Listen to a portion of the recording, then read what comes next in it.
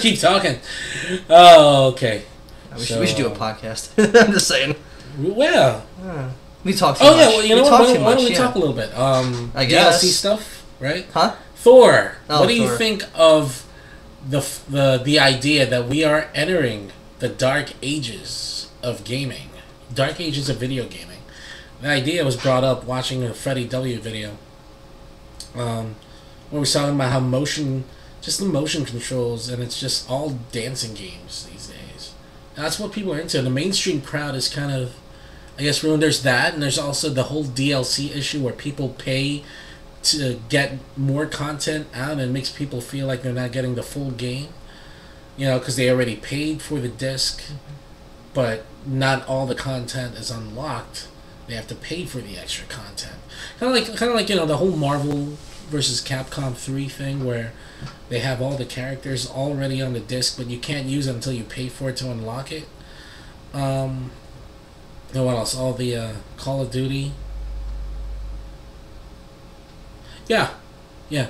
And I mentioned this before. If you were in Gas, I don't know if you go to Gas. I mentioned that there's actually a quote from Nintendo. Nintendo is against paying for additional content.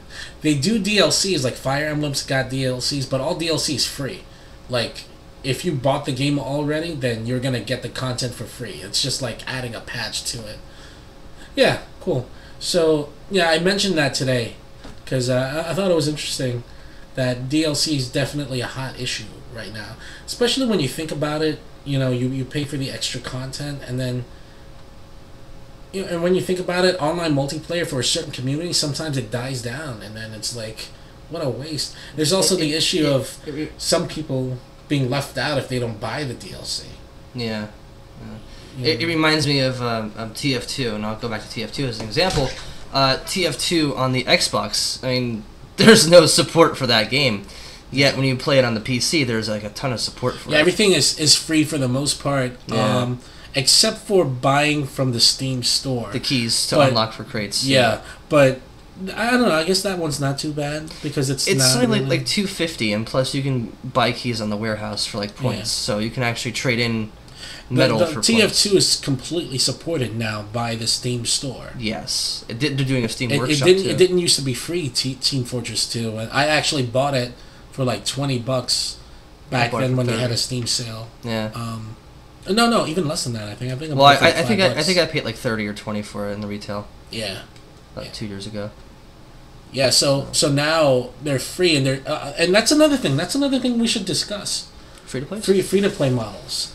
Ever since Korea, I think Korea first started picking up on it, and then all these other MMOs. Was it Ragnarok that started that? I don't know. I don't think Ragnarok's still free to play though, is it? It is. Yeah, it's still free to play. I thought it was a subscription for. They changed it to free to play now, because they have official servers that are free to play. Imagine if WoW went free to play. No, it is, right? For the first 20 levels, it's free to play. Yeah, that's about it for that. Yeah, it's only about 20 levels, and you don't get all the content, and of course, you got to unlock all this stuff. You paid the full game. Even I think like subscription-based games are pretty much dead nowadays. Back in the day when EverQuest was around, where you actually had to charge and charge and charge. Nowadays you have free-to-play games, and I'll talk about Guild Wars as well. With Guild Wars, you buy the game, and then the rest of it is all yours for free. So you can go back 3 years later, which I did, and I'm still playing Guild Wars, and I love it. And everything's free DLC, and they also have like costume packs where you can like buy with real world money. You don't have to buy them; it's just a cosmetic thing. So yeah, Thor, I agree with you. There's been a lot of free-to-play. Korea definitely took it and ran. Maple Story was a free to play, of course. That's why it's so. Guns the Duel. Dungeon, yeah. That's an MMO. I don't think it is, but it's action. It's action. Yeah. Guns the Duel is like MMO-ish action game. It's not even really MMO-ish because it's. I mean, there's an adventure aspect, but they added that after. Yeah, that was after the beta. Before it was just a regular third-person shooter that you could buy extra stuff, fun. But the first time I really noticed free to play was when we noticed Lord of the Rings. Oh, really? Michelle and I noticed it, and we were like, free to play? Okay, well, let's just give it a shot. And it was cool free to play at first, and then it was like, it feels too much like a WoW clone. And then there were certain quests we couldn't do because we had to pay for that. Then the next free MMO I tried was City of Heroes, was it? No. Champions Online. Champions. We played Champions. Yeah, I tried to get John into a little bit. We played for a little bit, and then it got boring as hell. Yeah, because the power leveling and this leveling up, I mean, just leveling up in general was terrible. And plus, like, the damage and the power damage was just way too low at that level.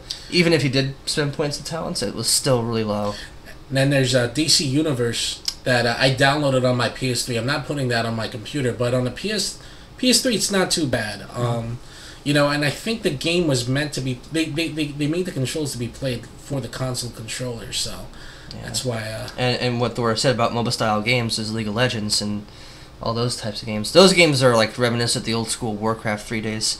I never played Warcraft 3, but I do like the idea of our RTS. That is TF2 as well. Actually, you can, in a way, you can get, you know, if it drops for you can get anything you want. I think that there isn't anything that you can't get, right?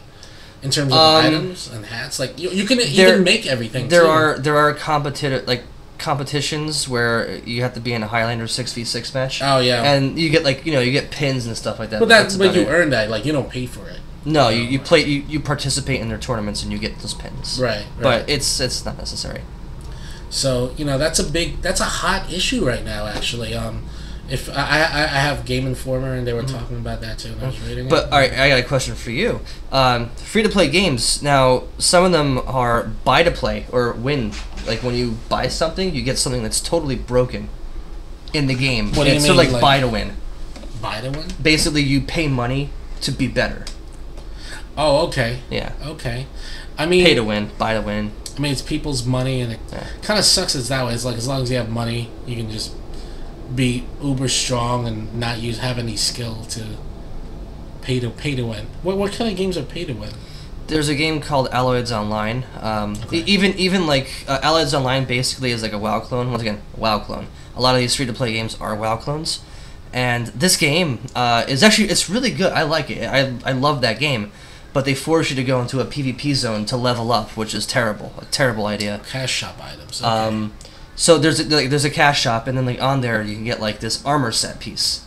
Like it could be a pirate's outfit or something like that, and they have these really ridiculous stats, and that are just super powered on your character. A lot of private servers do for World of Warcraft is they have donators, and you donate a certain thing, you get like an armor set. Right. Plus 2,000 intelligence, plus 2,000 strength. Yeah, something 2,000 really broken and everything, and it's you see somebody, it's just like I can't beat them. I'll just give up. It's pretty dumb. That really sucks. But it keeps the servers alive. That's the thing. Even with TF2, a lot of the servers on TF2, they ask people to donate, $30 for 3 months, and they'll have admin, sort of like admin status, like on the Lotus servers. They'll give you immunity at the end of the rounds. They'll give you a faster run speed. Quicker respawn, and the right to vote and a right to kick, and that's it. Right. But it's pretty cool as you get like a green text instead of like the regular text and stuff like that. Yeah, I can see a lot of Korean F2Ps, free to plays, doing that. Yeah, it's crazy. But the question is, in terms of originality, back to the dark age of gaming. Nowadays all these free to play MMOs are pretty much the same. Right. In order to get further. I mean, I think that there are some free-to-play models where, again, like it was mentioned, you have to grind really hard to get to the same level where, someone who just pays for the content can generic just grind grind fests. Yeah. So the question I guess it comes to is, are you willing to spend the time to get that far, like all that energy, or would you rather just pay the money? And that kind of sucks that it comes down to a decision like that. Why can't you just enjoy the game that just put it? And again, I bring up Nintendo because that's Nintendo's philosophy right now.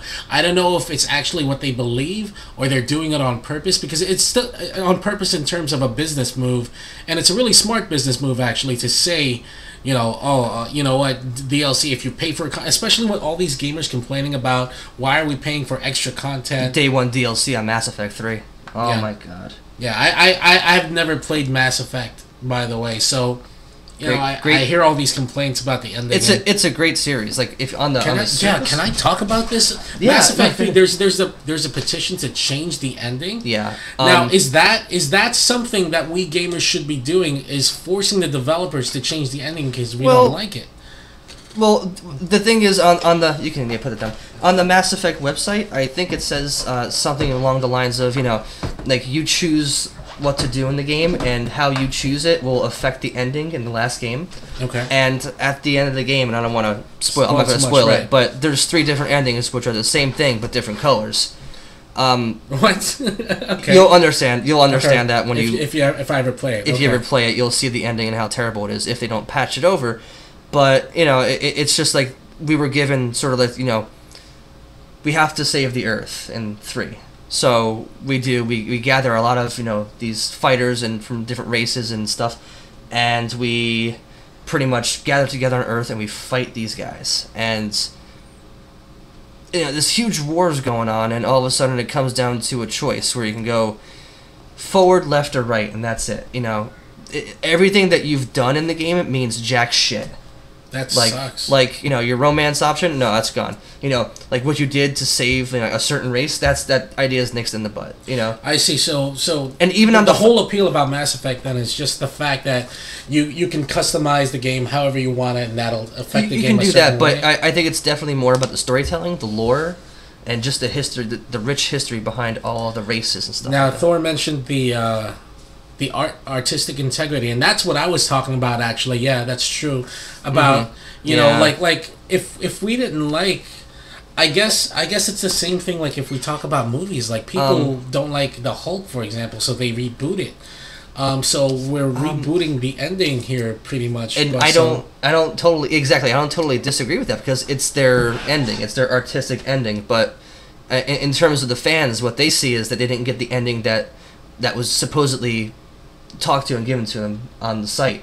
Yeah, I think this is a good conversation to bring up next time, I guess, when you bring it up, because that's a I don't know, did you bring that up at all? I brought up today. I brought up DLC issues about how DLC is sort of in what some gamer called on YouTube the cancer of gaming right now. DLC. That's why we're entering the dark ages of gaming. This is terrible. I mean, let's think about gaming back then. I mean, it's just greedy companies these days that are just keep throwing all this content and teasing us with it, but we can't access it unless we give them more money. We already paid you $60 right at the beginning. It's mediocre storytelling. It's terrible like design choices too.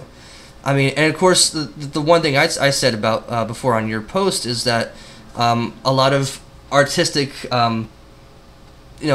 creative writers, they want to write something really good and they can't because they're restricted, or they won't let them do it, and that right there is bad. They're limiting their creative freedom to make a really good game. Thor, I guess, brings up a good point about that speculation, which is funny because I played Asura's Wrath.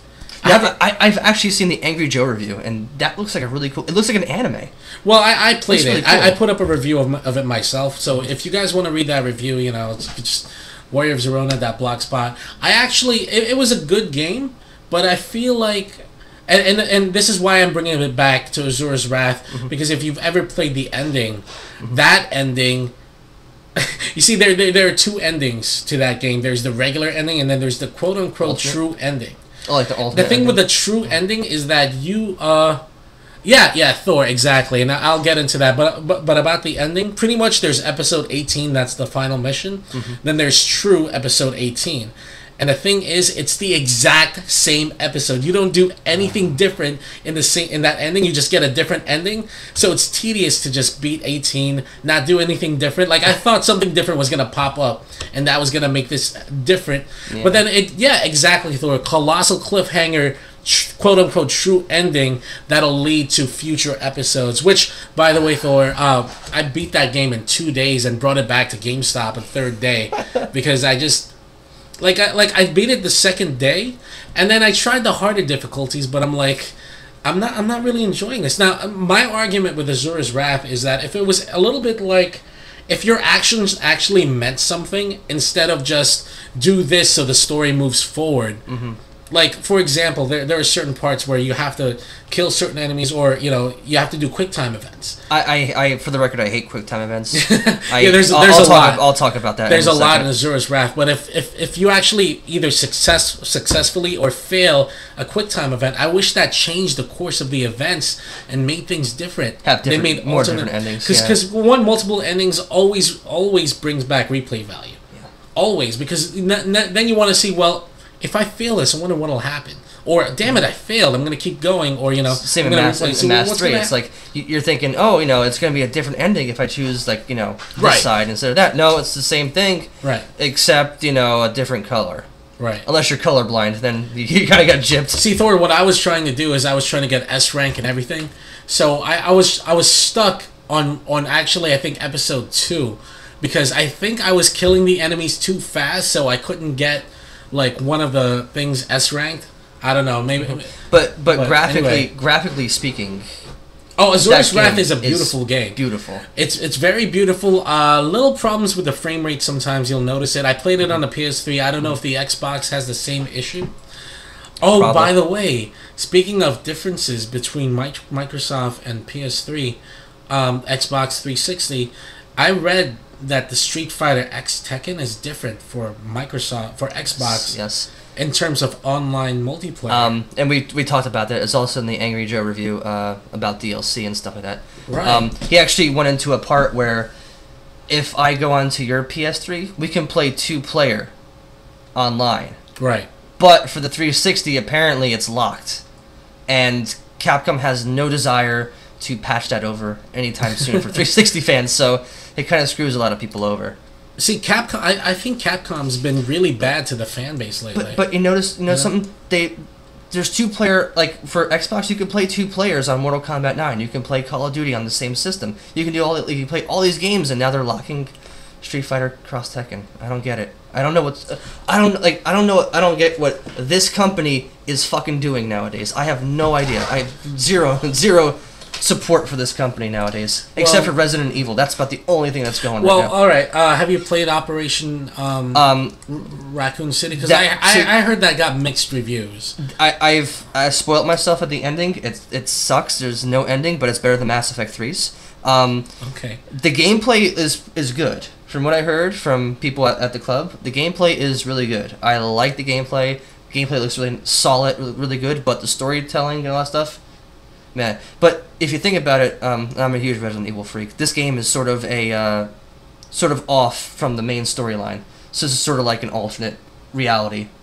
So yeah. So you can do something in the game. You can kill a main character. You can kill 2 main characters off, and that would kind of throw the game into a huge frenzy. So, but it's non-canon. That's the thing. It's non-canon. Going back to the dark ages of gaming, what do you guys think about GameStop reselling the games for their profit while the companies don't get anything? And I notice what game companies are doing these days. For example, for Uncharted 3, I bought a pre-owned version of the game. Really? The thing with that game is that you can't play multiplayer unless you use a code that comes with the game. Mm-hmm. Now, if it's pre-owned, obviously that means that code is gone. Yeah. And the thing, a Sony solution, or Naughty Dog's solution is that if you bought the game but you don't have a multiplayer pass, you buy one for $9. Mm-hmm.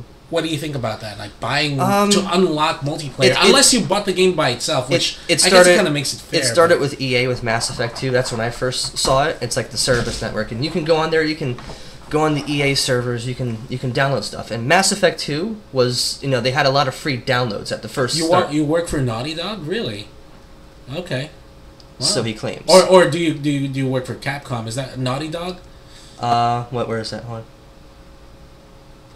I guess we'll wait for a response. Yeah. But GameStop. Oh, okay. GameStop. All right. So, but continuing that. I'm just looking for unbiased opinions. Like, I'm not saying, oh, this is bad, this is good, because I like the fact that I can get games for cheaper. Mass Effect 2 had free DLC first day, which is fine. That's great, because that's like an incentive saying, hey, they're giving us a lot of free stuff. If it's on disc, off disc, I don't care. It's free. They gave us a free character for 0 Microsoft points. But what they did in Mass Effect 3 was bad, which is day 1 DLC, 800 points right off the bat. Right. So you're spending like $70 on your game. But But as far as as the time went on, Mass Effect had been like pre-used and stuff like that. They sell at GameStop. I can buy it for like I don't know how much they're selling it for. Maybe Thor might know. But if you sell it for, let's say, $20, and then you go online and you can't go online, but you can buy the pass for like 800 points or something like that. By the way, I should mention that when I bought the game pre-owned, GameStop gave me an online code on the receipt. So I thought that was really interesting. GameStop was being really good with me with that. Huh. So, yeah. That's pretty cool. Yeah. So, but I thought it was just interesting that you have to unlock multiplayer. And, by the way, speaking of unlocking content, again, was it true that they really did this with Resident Evil Revelations, that you can only play one time and you can't erase your data? I'll correct you. It was the Mercenaries 3D. Okay. For the 3DS, and you couldn't sell it to GameStop because it would have all the saved content, and if people bought it, the whole game would be unlocked right away. Right. You wouldn't be fighting through the whole entire game, and it pissed a lot of people off. So is that still something that Capcom is doing with this game, or is that? I don't think, not for Revelations. I don't think. For Mercenaries, they still went through with it. Yeah, that was the first time they tried it, and people were just really negative about it, and I don't think they've done it again. Okay. No. So the game did what? We're allowed to sell them now as long as they inform customers that content is right. Yeah, exactly. Right. So they don't have the joy of going through every single stage, getting all the weapons and the special abilities and stuff like that. Wow. Okay. I don't know. That was really bad for Capcom. Once again, Capcom's burning bridges. I don't know. I don't understand why. I think it started with Inafune. Yeah, I think so. Inafune, Mega Man's creator. And then people are pissed off that Mega Man's not in this game, Mega Man's not in that game. We get him in Street Fighter Tekken, it's not the right Mega Man. All right. But back to what we're talking about, DLC and the codes. To an extent, I do like the idea of the code. It goes against GameStop, and I know GameStop. No, the problem is that GameStop doesn't give developers the money for used games. If they gave them, like, let's say 20%, I think everything would be fine. Everything would be candy dandy. But then there's that issue where, let's say I'm not GameStop. Let's say I'm just a guy selling my game to you. Because, like for example, you're selling your Wii games and your Nintendo Wii. Yeah, exactly. So does that mean you have to give Nintendo a cut of that? I guess it's different because GameStop as an entity is a corporation. GameStop is a corporation, exactly. What we're doing, though, is what old school gamers would do, is just trade copies around, get people interested in new games or old games, and that's how circulation works. But what they're doing, supposedly to the 720 for Xbox, is stopping that. Is stopping pre-sale games. You have to buy the game. Because it sucks. That's another problem. Because if I wanted to sell you Uncharted 3, for example, you would still need to buy that $9 pass to play multiplayer. So it would just be like a virus. Just keep going down the list until you buy a pass. So we covered what's wrong with gaming these days. One is DLC. That's huge. That's big. 2 is free to play really as bad as it.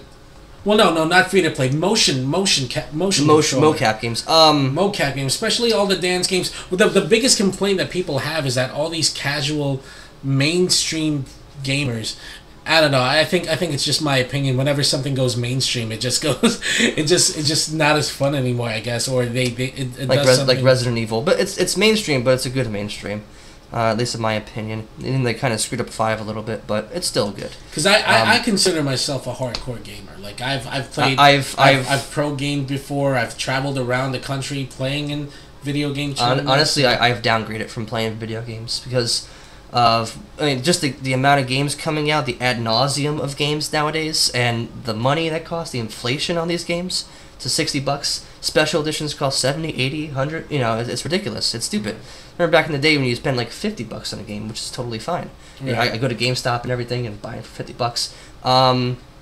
But like I've noticed, and I don't know, like I don't find the urge to play games on Xbox or Microsoft. I look around. Sony. I look around. There are 2 reasons I would play a game. One is because it looks like it'd be fun, and then maybe if I play it and I enjoy it, and there's something deep about it where I can keep playing it, and I know I can get better. For example, like Devil May Cry, I freaking love that game because the story's great, it's interesting, and you can get better at it, and then there's a certain amount of skill where you can separate yourself from a casual gamer. A lot of course, first-person shooters are like that. I remember Gears of War 1, someone taught me about, like, something with the shoddy. Shoddy was just broken, and then all the wall slidings Giving and stuff people, like that. And yeah, but I like techniques like that, you know, like in Guns the Duel. Guns the Duel. That was fun. You can jump on walls. There's butterflying guys. I don't know if you know any of the assault rifle. Yeah, I know about the Korean style of playing. Yeah, you slash the sword, you jump. Slash they call it Korean style. Yeah, I love doing that. And there was that separated yourself. The second reason I play a game is because it's artistic. Mm-hmm. Mass Effect sounds like it's very artistic in terms of how original it is, and as far as like the visuals are good, the story's great, the music's good too. I mean, the music is like old, like 80s, synthesized music, which is like this is really a like treat. Skyrim's great. I think Skyrim's epic. Skyrim's a full game. That's a full game. Yeah, that's a full game. Even though they're coming out with DLC, which by the way, I guess you have to pay for that. I guess yeah, but like to me, I don't mind because I've played a really good game. That is a good game. So if you don't feel like you're missing content from the full game, I wasn't gibbed away from the ending. The ending was good. Right. Versus Marvel versus Capcom. But you're not. Let me correct it. Hold that thought. But Skyrim was not about the main story. It was about the side quests and meeting people. It was about just you joining guilds. And everything. Yeah. DMC. Yeah. I don't know. People are. I'm not sure how to feel about the new DMC coming out. Back to like my view on gaming, everything seems so the same nowadays. It's copy so pasta, weird. Right? It's a like copy paste. Everything. Yeah. That's why I enjoyed. I kind of enjoyed Azura's Wrath a little bit, but then. But you can see the ripoffs right there. You can there's some ripoffs. It's all quick time events. There's a little hint of beat 'em up. That's really simple. It's a really simple beat 'em up system. Like it's not very deep, but it's fun. Like I have remember, I don't know if you know a game called Air Geese. Yeah, Air Geese. Where with Cloud and I have that. I have that in my drawer, and I love that game. But it's also it's a fighting game. It's a bunch of mini games, and it's also a dungeon crawler as well. Yeah, I remember that. And it's not on the arcade, the dungeon crawler and the mini games. I don't think the mini games are, but the dungeon crawler is awesome. It's really in depth. You go like 100 levels down. It's really good. So here's how we're looking at the future of gaming now. So and I just one more thing about Devil May Cry. Devil May Cry 1 was great. They lost me on Devil May Cry 2. You and everybody. Terrible. You and everybody. But I love Devil May Cry 3. Never played 3. Had no care for it. I know it's good. 3 is amazing. Good. Oh my god. I played 4. 4 was fun. This new one.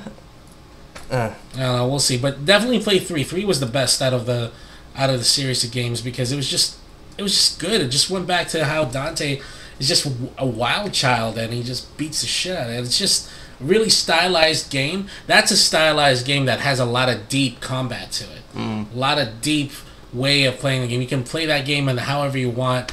And different ways to kill your opponent, especially when you kill that mode. Play that game on the hardest difficulty. Dante Must Die. I think that's what it's 3 called. is definitely the best. I agree. I'm gonna get the HD collection, which they made a joke about in Game Informer. The latest issue of Game Informer, they have the April Fool's a little edition inside there, and they were talking about, what's coming up next is the HD collection. So we're collecting it more than once now. Another reboot. So I thought that was really funny that they talked about that. I guess that's a big trend these days, by the way. All these HD collections, God of War, Team Ico with Shadow Colossus. And that's a very artistic game, is Ico and Colossus. Oh, yeah. I bought that the moment it came out. I heard it's like HD collection, so I'm putting an HD collection inside your HD collection. HD collections up the wazoo. Up the wazoo. Up the wazoo. It's up there somewhere. Somewhere up there. Gaming seems so bland. Back then, it was just so much, innovation, and there's a bajillion companies. You don't have, a bajillion companies now. It's just like the main focus guys. And even I think I should link this somewhere in the video if we do have a video just by us talking. Yeah. But there is a 25-minute presentation from GDC about how this guy goes on about how mobile gaming is the future of video games and how consoles will be extinct. I think you posted it, or someone posted it. Yeah. Oh, my friend Andrew posted it. That's why. Okay. not you, Andrew, but another Andrew. But it was really informative. It was really cut and the way it was back then was like, you know, Microsoft wasn't on the picture, but EA was there, and some other companies were there. I think Activision or something like that. But like that was back in like the 90s. But if you put the thing over to 21st century now, EA is not on the list. It's like Zynga that does all those games on Facebook.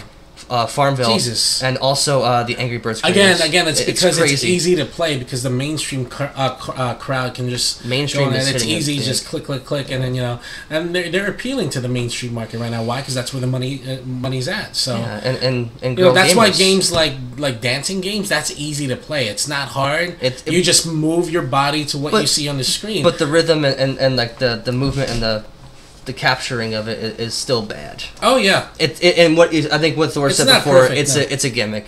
It's all it is a gimmick. Yeah, I know mobile gaming is not a lot of people's opinions right now. There's you see, I bought one of the GameStop tablets, the Acer tablet. It's okay. See, they have Dead Space on there, for example. Did I bring my tablet? No. There's Dead Space that's on there, and you can play. You play completely using the touchscreen controls, but it's still really awkward. You don't have full control over the character because again, touchscreen is still not a perfect technology. Yeah. It's not very precise. Let's put it that way. Your thumb might slip, and then you might do something like, let's say the buttons. You need to press 4 buttons in certain areas where you touch your thumb, and you'll want to press the top button, but then it'll hit the left button because it misread your thumb. So it's there's definitely new technologies that they're experimenting. There's motion cap, there's mocap, there's mobile gaming. Like, what is the future of gaming? Where are we headed, and what can we do to change it? It's all in tablets and stuff. That's the future. That's what that guy says.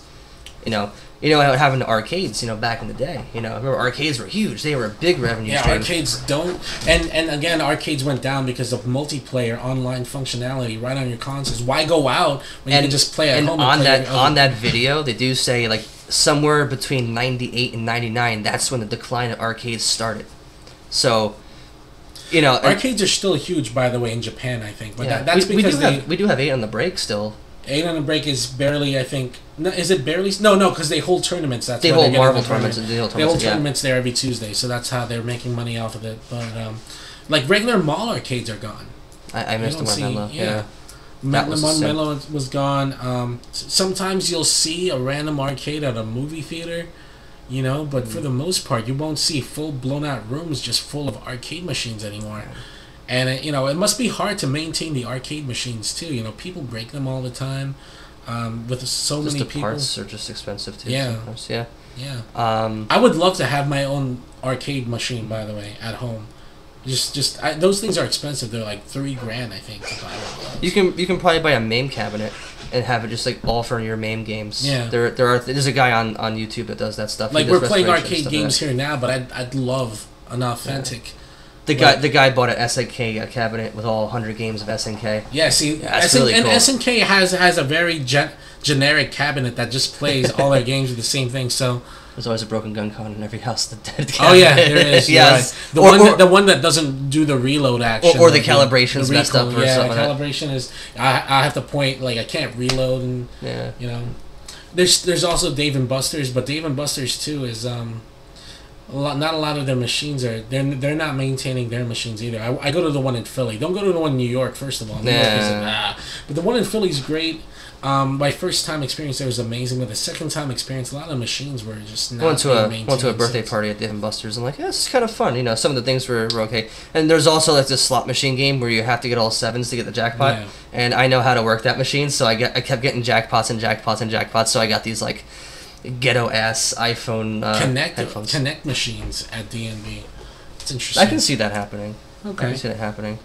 Motion capture's been around for a while. I remember they had soccer games or golf games where Power Glove. Or the Power Glove. They had, remember 911, I think, that game where you have to bend your knees to dodge the bullets. Played that game. The bullets were coming like 1 mile per hour. It's a gimmick arcade machine. I don't know. It's stupid. I think we're gonna end it there though, because it's midnight and I should go home. Because Michelle is probably listening to this and she's going, "Why isn't he going home yet?" So I want to let's do a podcast or something. Yeah, I like this. I like just talking about this. This was fun. This is fun. Just not even just playing, just talking and getting and like if it wasn't just Thor, if there was other people in here just talking and we're talking with us and maybe sometimes we should just have like we don't even have to be next to each other. We could do Skype. Yeah. I could have the mic open. You could be talking on one line, and then I'll talk on the other, and then we just talk on here. I have Audacity on here, so I can record it too. So it's no big deal. Yeah, exactly. Okay, so Thor, thanks for sticking around, dude. Yeah, that was good. You gave a lot of good input. Appreciate that. Yeah. Well, you were watching the whole time, being quiet. What a creeper. Yeah. Join us next week. I think usually every Friday night we're here. I think you're always here. You're just one of those stalkers. Don't talk. Yeah. It makes me nervous. I always assume one of the other viewers is Michelle. I know she's watching. I know you can hear me. I'm coming home soon. Oh no. I know. Don't hate me. We're making a brand new spy mask. First night. We went to a fabric shop. So I'm gonna when we go to PAX East. Oh, it's your first night. Cool. Yeah. Cool. Thanks for joining us. This is Waz's channel. This is not my channel. So yeah, that's fine. But you can come join us. Whenever we. But yeah, PAX East is coming up. He's going to PAX East. So I'm going to PAX East. Well, too bad you aren't going because that and if you're a video game developer, I heard Retsu Prey is going to be there. Oh yeah, those guys, Slow Beef and Diabetes. You can find them. Yeah, you can find them. That's what they talk about, Jolo MD. If you know what Jolo MD is. Oh yeah, I got my PAX East tickets the moment they opened it online. We bought that first thing, dude. The 3-day passes, and it's great because I have a lab on Friday. But it's great that we have Easter off that day because we're leaving Friday morning. Nice. I freaked out at first. Michelle knows this because I freaked out at first, going, "Oh shit, I can't miss my lab." But then I found out, we don't even have school that day, so there's nothing going just on. Leave and just enjoy the whole weekend. So I'll try to we should dub this episode. Let you know. We'll dub this episode 0. Episode 0. Yeah, this is like a test run, I guess. Test run on podcast. Okay, we'll do it. We'll join us next time. Thor, thanks for joining us. I'll find you at UCC. I have no idea who you are. But you seem like cool peeps. It's Batman, I tell you. It's Batman. It's Thor. It's Thor. It's both Batman. It's Thor, man. It's Thor. It's Thor, yes. It's funny because there's another user who joins and watches us. Her name is Thorfina.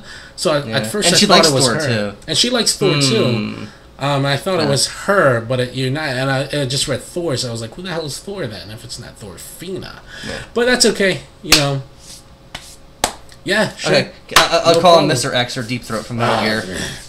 Metal Gear. Which I'm playing. I have the HD collection of that.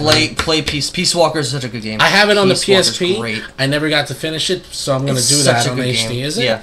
Very good. Okay, so we'll do that. Right now I'm playing Snake Eater. I'm showing it to Michelle. So. Yeah, it's a really good game. Yeah. We're at the park. I'm in a box. Oh, it's my destiny to be here.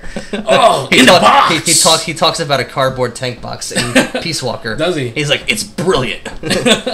Okay, so all right, we're stalling. Yeah, thanks a lot for watching and listening in. Join us again for next time. We'll do this again. Definitely. All right, guys, take care. Peace out. Peace.